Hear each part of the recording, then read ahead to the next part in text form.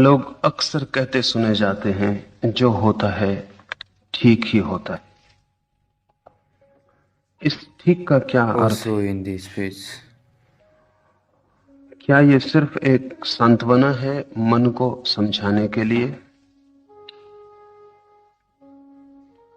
क्या ये संभव है कि जो भी होता हो सभी ठीक होता हो? कहीं ये वैसा ही तो नहीं है जैसा ईसप की कथा में लोमड़ी को अंगूर खट्टे मालूम पड़े क्योंकि वो उन तक पहुंच नहीं सकी।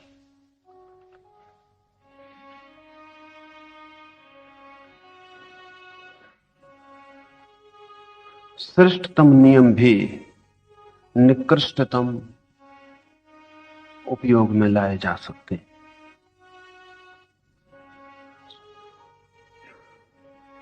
जीवन की परम रहस्य की बातें भी क्षुद्रताओं को छिपाने का कारण बन सकती हैं। ऐसा ही ये सूत्र भी है और लाओत्से से संबंधित है, इसलिए इस पर विचार करना उचित है। लाओत्से कहेगा जो होता है ठीक ही होता है। इसलिए नहीं कि ये कोई सांत्वना है, कोई कंसोलेशन है, बल्कि इसलिए कि ऐसी ही लाओत्से की दृष्टि है। लाओत्से कहता है जो गलत है वो हो ही कैसे सकता है, और जो भी हो सकता है वो ठीक है। यहां ठीक से संबंध जो हो रहा है उसके संबंध में वक्तव्य नहीं है, बल्कि जो हो रहा है उसको देखने वाले के संबंध में वक्तव्य है। जब लाओत्से कहता है जो होता है ठीक होता है, तो वो ये कह रहा है कि अब इस जगत में ऐसा कुछ भी नहीं है जो मेरे लिए बुरा हो। ये वक्तव्य जो होता है उसके संबंध में नहीं है, ये वक्तव्य साक्षी के संबंध में है, लाओत्से के खुद के संबंध में है। लाओत्से ये कह रहा है कि अब ऐसा कुछ भी नहीं है जो मेरे लिए बुरा हो सके। मैं उस जगह खड़ा हूं जहां बुराई नहीं छू सकती है। अब सभी कुछ ठीक है। अब इसलिए सभी कुछ ठीक है कि लाओत्से उस आनंद में है जिस आनंद को नष्ट करने का अब कोई उपाय नहीं। आपके लिए सभी कुछ ठीक नहीं हो सकता। आपके लिए वही ठीक होगा जिससे सुख मिले, और वो गलत होगा जिससे दुख मिले। जब तक आपको दुख मिल सकता है तब तक सभी कुछ ठीक नहीं हो सकता। जब तक आप दुखी हो सकते हैं तब तक सभी कैसे ठीक होगा? छोटा बच्चा आपका पैदा हो प्यारा और मर जाए, कैसे कह सकेंगे कि ठीक हुआ? जिसे प्रेम करते हो और वो न मिल सके, कैसे कह सकेंगे कि ठीक हुआ? जीवन भर जो आप समझते हैं अच्छा है करते रहें और परिणाम बुरे हों, कैसे कह सकेंगे कि ठीक हुआ? नहीं कह सकेंगे, क्योंकि आपका सुख कारण निर्भर है। तो जिन कारणों से सुख सध जाता है वे ठीक हैं, और जिन कारणों से नहीं सधता वे ठीक नहीं है। जब तक आपको सुख दुख में फर्क है तब तक कुछ गैर ठीक होगा ही। बीमारी को कैसे ठीक कहिएगा और मौत को कैसे ठीक कहिएगा? जब तक जीवन की चाह है तब तक मौत तो बुरी होगी ही, और जब तक स्वास्थ्य की आकांक्षा है तब तक बीमारी शत्रु है। जब हम किसी चीज को ठीक और गैर ठीक कहते हैं तो चीज ठीक या गैर ठीक है इससे कोई संबंध नहीं, हमारी अपेक्षाओं की हम खबर देते हैं। और अगर ऐसा आदमी कहे कि सब ठीक है तो ये कंसोलेशन, सांत्वना ही होगी। और इस कहने में कोई आनंद ना होगा, सिर्फ एक निराशा, एक उदासी होगी। इस वक्तव्य में कोई विजय की घोषणा नहीं है, इस वक्तव्य में पराजय का स्वीकार है। कुछ नहीं कर पाते हैं, इसलिए समझा लेते हैं अपने को कह के कि सब ठीक है। संतोष पराजितों की भी सहायता करता है, लेकिन वो संतोष झूठा होता है। वास्तविक संतोष तो उन्हें ही मिलता है जो जीवन के विजेता हैं। विजेता इस अर्थों में कि अब कोई उपाय नहीं उन्हें हराने का। विजेता इस अर्थों में कि अब उन्हें हार भी हार नहीं है। और लाओ त्से ने कहा है, तुम मुझे हरा ना सकोगे क्योंकि मैं पहले से ही हारा हुआ हूं।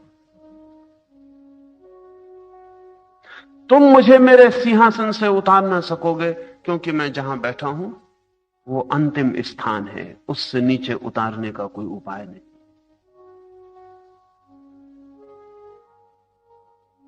तुम मुझे दुख न दे सकोगे क्योंकि मैंने सुख की आकांक्षा को ही विसर्जित कर दिया है।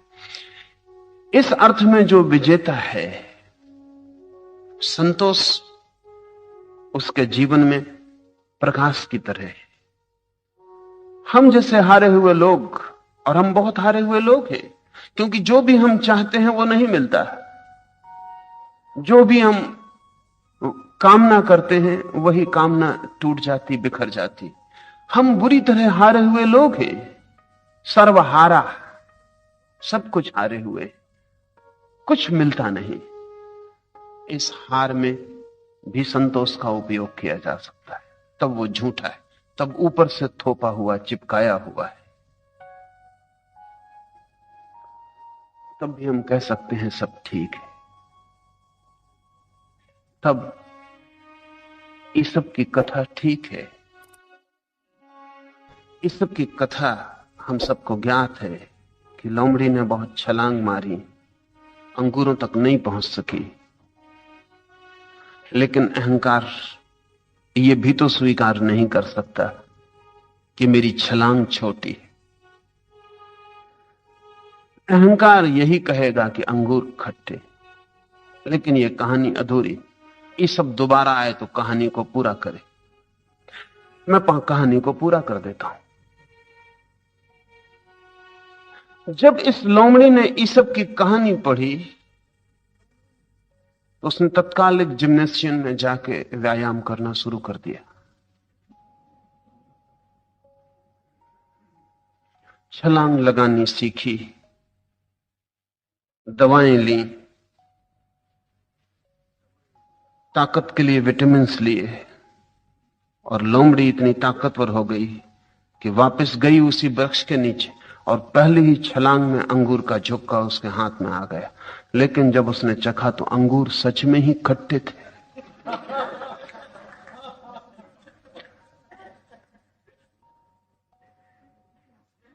लेकिन अब लोमड़ी क्या करे? उसने लौट के लोगों से कहा कि अंगूर बहुत मीठे।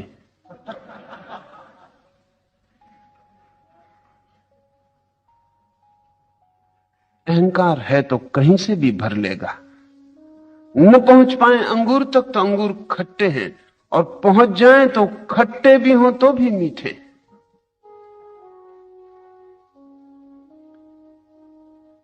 एक बात ध्यान रख लेनी जरूरी है,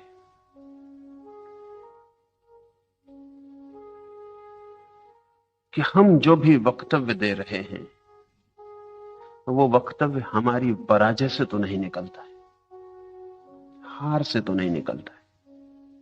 हारे हुए वक्तव्यों का कोई भी मूल्य नहीं है। अल्लाह से आपको यह नहीं सिखा रहा है कि आप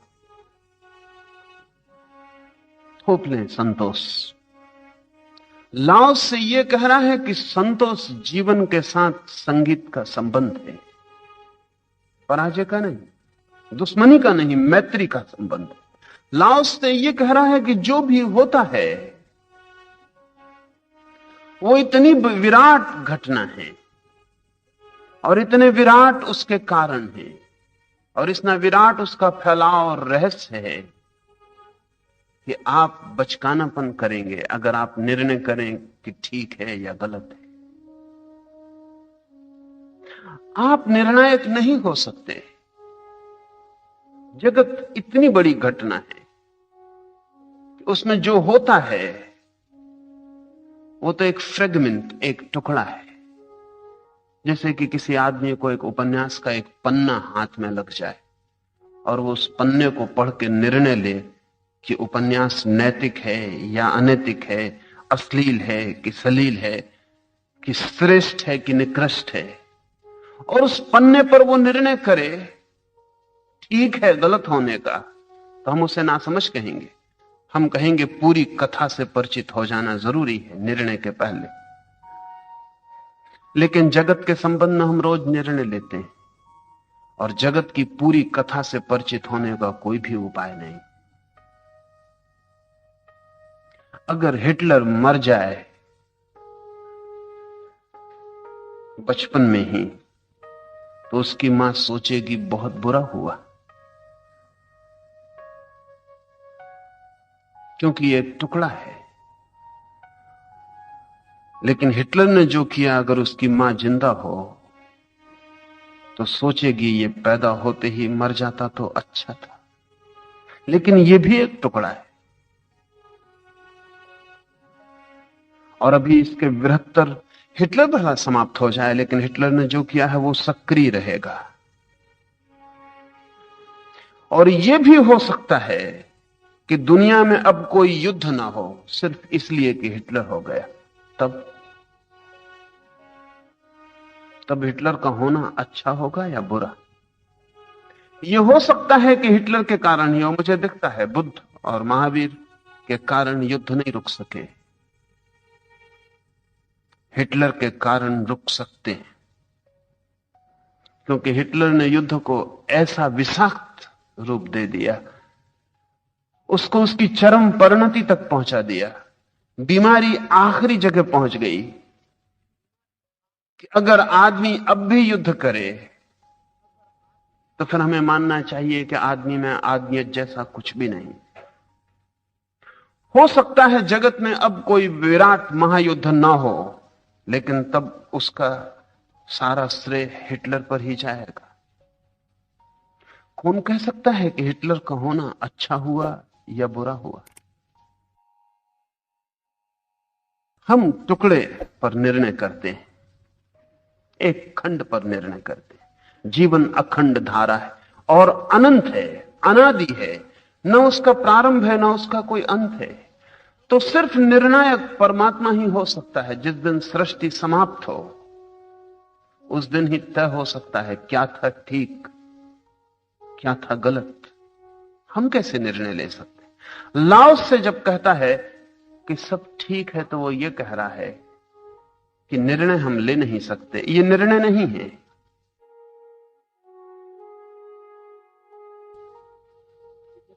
जब लाओस से कह रहा है सब ठीक है, तो ये सब गलत है, उसके विपरीत निर्णय नहीं है। जब लाओस से कह रहा है सब ठीक है, तो वो ये कह रहा है कि मैं विराट की इच्छा के साथ अपने को एक करता हूं, मेरी अपनी कोई अलग इच्छा नहीं। जीसस को सूली लग रही है, आखिरी क्षण में एक संदेह जीसस को पकड़ जाता है। जब हाथ पर खीले ठोंक दिए गए हैं, तब जीसस के मुंह से आह निकलती है। वो कहते हैं, हे परमात्मा, ये तू मुझे क्या दिखा रहा है? कहीं छिपी कोई आकांक्षा रही होगी, कहीं दूर गहरे में, जिसका जीसस को भी पता ना हो। ठोके गए खीलों ने उसे जगा दिया होगा। कहीं कोई गहरे में प्रसुप्त कोई बीज रहा होगा। ये भरोसा रहा होगा कि ईश्वर मुझे सूली नहीं लगने देगा। कहीं गहरे में ईश्वर के प्रति यह धारणा रही होगी कि सूली तो बुरी है, तो मुझे ईश्वर सूली कैसे लगने देगा। सूली अच्छी है ऐसा जीसस को ख्याल नहीं रहा होगा, नहीं तो जीसस के मुंह से यह वचन ना निकलता कि हे परमात्मा, ये तू मुझे क्या दिखा रहा है। इसमें ईश्वर पर संदेह तो हो गया, और इसमें सर्व स्वीकार नहीं रहा। सूली बुरी हो गई और जो हो रहा है वो गलत हो रहा है। लेकिन तत्क्षण जीसस जैसे व्यक्ति को बोध आ गया होगा, तत्क्षण जीसस को लगा होगा ये भूल हो गई, ये तो भूल हो गई साफ। मैंने ईश्वर से अपने को ज्यादा बुद्धिमान मान लिया। मैंने निर्णय दे दिया कि जो हो रहा है वो गलत हो रहा है और जो होना चाहिए था सही वो नहीं हो रहा है। इस जरा सी आह में मैं नास्तिक हो गया, मेरी श्रद्धा खंडित हो गई। तो तत्क्षण जीसस ने क्षमा मांगी है। उनकी आंखों से आंसू बह गए और उन्होंने कहा मुझे क्षमा कर, हे परमात्मा मुझे क्षमा कर, तेरी मर्जी ही मेरी मर्जी, तेरी मर्जी पूरी हो, क्योंकि तेरी मर्जी ही शुभ है। लाओस से जब कहता है सब ठीक है, तो वो ये कह रहा है उस शाश्वत नियम के विपरीत हमारे वक्तव्य नासमझी से भरे हुए हैं। वो शाश्वत नियम इतना बड़ा है, होगा ही, हम उससे ही पैदा होते हैं। मेरी मृत्यु होगी कल, तो मैं कहूंगा बुरा हो रहा है, लेकिन जिससे मेरा जन्म हुआ था उससे ही मेरी मृत्यु हो रही है। और जिस शाश्वत नियम से मैं प्रकट हुआ था वही शाश्वत नियम मुझे वापस बुला रहा है। अगर उसके भेजने से मैं राजी था तो उसके बुलाने से क्यों राजी नहीं हूं? और अगर उसका दिया हुआ जीवन अच्छा था तो उसकी दी हुई मौत बुरी कैसे हो सकती है? एक ही स्रोत से सब कुछ जन्म रहा है, उसी स्रोत से खिलते हैं फूल, उसी स्रोत से लगते हैं कांटे। अगर उसके फूल भले हैं तो उसके कांटे बुरे क्यों होंगे? अल्लाह से यह कह रहा है कि कांटे भी उसी के हैं, फूल भी उसी के हैं, इसलिए सब ठीक है। यह सब ठीक वस्तुओं के प्रति वक्तव्य नहीं, स्वयं और शाश्वत के साथ जो संगीत सद गया है उसकी खबर है। यह कोई सांत्वना नहीं है, क्योंकि सांत्वना का तो अर्थ ही यही होता है कि सब गलत है और हम अपने को समझा रहे हैं कि सब ठीक है। जो ठीक नहीं है उसको हम समझा रहे हैं कि सब ठीक है, तब सांत्वना है। लेकिन अगर ऐसी ही प्रतीति है कि सब ठीक है तो फिर सांत्वना नहीं। धर्म का निकृष्ट रूप सांत्वना है, कंसोलेशन है, और धर्म का श्रेष्ठतम रूप संगीत है। व्यक्ति और विराट के बीच जो संगीत है वो धर्म का श्रेष्ठतम रूप है। व्यक्ति और विराट के बीच जो संघर्ष है उसमें व्यक्ति की जो पराजय है, उस पराजय में जो सांत्वना खोजी जा रही है वो धर्म का निकृष्टतम रूप है। ये व्यक्ति पर निर्भर है कि वो शाश्वत नियम को सांत्वना बनाता है या सत्य। इसे केवल एक मलहम पट्टी समझता है कि घाव को भीतर छिपा लिया, या एक अनंत संगीत की संभावना। ये व्यक्ति पर निर्भर है, ये आप पर निर्भर है। अधिक लोग सांत्वना में ही जीते, इसीलिए आदमी दुख में धर्म की तलाश करता है, क्योंकि दुख में सांत्वना की जरूरत है। दुखी आदमी के पैर मंदिर की तरफ बढ़ने लगते। मार्क्स ने तब तो ठीक ही कहा है कि धर्म दुखी आदमी की आह है और धर्म जनता के लिए अफीम है। ठीक ही कहा है। धर्म का जो निकृष्टतम रूप है वो यही है और यही बड़ा रूप है। 100 में 99 लोग इसी भांति धार्मिक हैं। और आश्चर्य नहीं कि मार्क्स को 100वां आदमी ना मिला हो, वो आसान भी नहीं है 100वां आदमी मिलना। 99 आदमी जगह जगह मौजूद है। अगर मार्क्स को ऐसा लगा हो कि धर्म अफीम का एक नशा है तो कुछ गलत नहीं लगा। लेकिन इसमें निंदा भी क्या है? चिकित्सक भी अगर आप बहुत दर्द में हो तो नशा देकर आपके दर्द को भुलाता है, मार्फिया देता है। दर्द के साथ एक मजा है कि उसका पता चले तो ही होता है, पता ही ना चले तो कहां। दर्द के साथ हम दो काम कर सकते हैं। दर्द को मिटाने का वो धर्म की श्रेष्ठतम संभावना है, दर्द को भुलाने का वो धर्म की निकृष्टतम संभावना है। जब दुखी आदमी धर्म की तरफ बढ़ता है तो वो सांत्वना के लिए जा रहा है, जब सुखी आदमी धर्म की तरफ बढ़ता है तब वो संगीत के लिए जा रहा है। इसलिए मैं कहता हूं, जब आप सुख से भरे हों तब धर्म की तरफ बढ़ना बहुत कठिन है, बहुत कठिन है। दुख से जब भरे होते हैं तब बहुत सरल है। इसलिए मैं निरंतर कहता हूं कि दुखी, दीन, दरिद्र, गरीब समाज धार्मिक नहीं हो पाते, उनके लिए धर्म अफीम ही है। समृद्ध, सुखी, संपन्न समाज ही धार्मिक हो पाते, क्योंकि सुख जब व्यर्थ मालूम होता है तब ठीक और गैर ठीक की सब धारणाएं गिर जाती। जब सुख ही व्यर्थ मालूम होने लगता है तो फिर क्या ठीक है और क्या गलत है। जब तक दुख गलत मालूम होता है तब तक हम ज्यादा से ज्यादा सांत्वना खोज सकते हैं। यह व्यक्ति पर निर्भर है कि आप धर्म को सांत्वना बनाते हैं। अगर आप धर्म को सांत्वना बनाते हैं तो धर्म आपके लिए एक ड्रग, अल्कोहल, इससे ज्यादा नहीं है। नीत्शे ने कहा है, पश्चिम में दो मादक द्रव्य हैं, क्रिश्चियनिटी और अल्कोहल, शराब और ईसाइयत। तो ठीक कहा है। अधिक लोग शराब और धर्म से एक ही काम लेते हैं। जो लोग शराब से ले सकते हैं वो धर्म की फिक्र नहीं करते, जो शराब से लेने में डरते हैं वो धर्म से वही काम ले लेते। इसलिए जो धार्मिक, तथाकथित धार्मिक आदमी जो धर्म से शराब का ही काम ले रहा है वो शराबियों के बड़े खिलाफ होगा, सजाती है वो, और शराब कॉम्पिटिटर है उनके धर्म का। इसलिए तथाकथित धार्मिक आदमी शराब के बड़ा खिलाफ होगा, क्योंकि उसे पक्का भरोसा है कि अगर शराब ज्यादा चलती तो धर्म कम चलेगा। वो कॉम्पिटिटर है।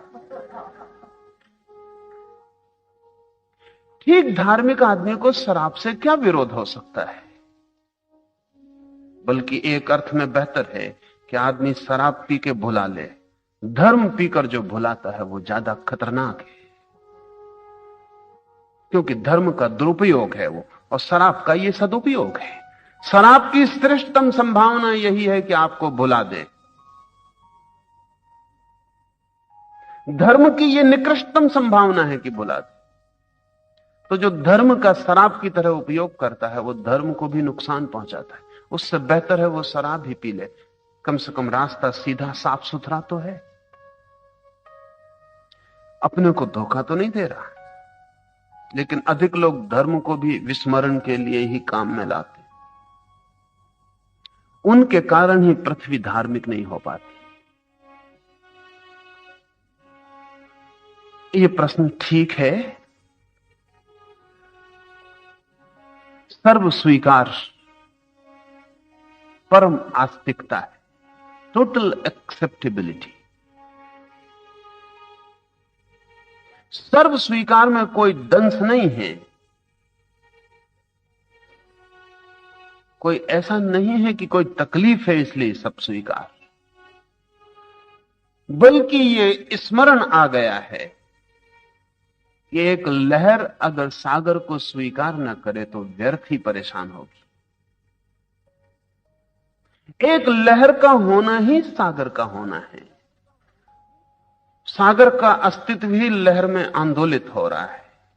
अगर लहर अपनी इच्छा निर्मित कर ले तो दुखी होगी, पीड़ित होगी। लहर सागर पर ही सब छोड़ दे तो चिंता का भार हट जाएगा। चिंता हमारी यही है कि हम लहर होकर अपने को सागर समझ लेते हैं, लहर होकर सागर के विपरीत खड़े हो जाते, तब अस्वीकार पैदा होता है, तब ये ठीक है और ये गलत है, हम निर्णायक हो जाते। लाओस से इतना ही कहता है कि निर्णय लहर क्या लेगी। लहर है ही कहां जो निर्णय ले सके, उसका अलग होना ही नहीं है,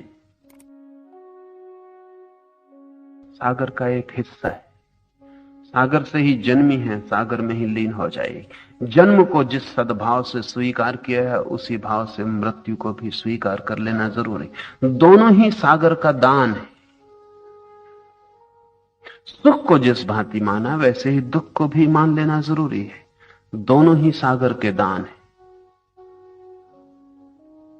इस अर्थ में सर्व स्वीकार परम क्रांति है, उससे बड़ी और कोई क्रांति नहीं।